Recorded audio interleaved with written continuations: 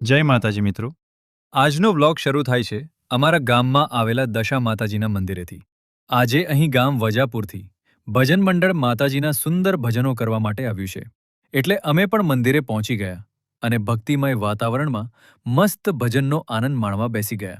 ભજન સાંભળતા સાંભળતા મનમાં એક વિચાર આવ્યો કે માત્ર દર્શન જ નહીં, આજે થોડી સેવા પણ કરી લઈએ।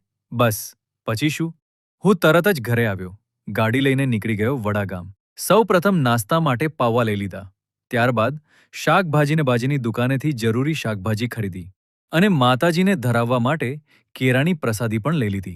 બધી ખરીદી પૂરી કરીને અમે ઘરે આવ્યા અને મસ્ત ગરમા ગરમ બટાકા પૌવા તૈયાર કર્યા।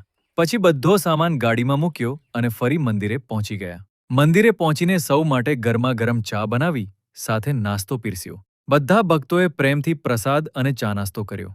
ખરેખર મિત્રો, સેવાનો આનંદ કંઈક અલગ જ હોય છે। આજે સેવા કરીને મનને ખૂબ શાંતિ અને આનંદ મળ્યો। જો તમને આજનો વ્લોગ ગમ્યો હોય તો વિડીયો શેર જરૂર કરજો અને કોમેન્ટમાં જય માતાજી જરૂર લખજો। માતાજી તમારી દરેક મનોકામના પૂર્ણ કરે એવી પ્રાર્થના। જય માતાજી, જય શ્રી શ્યામ।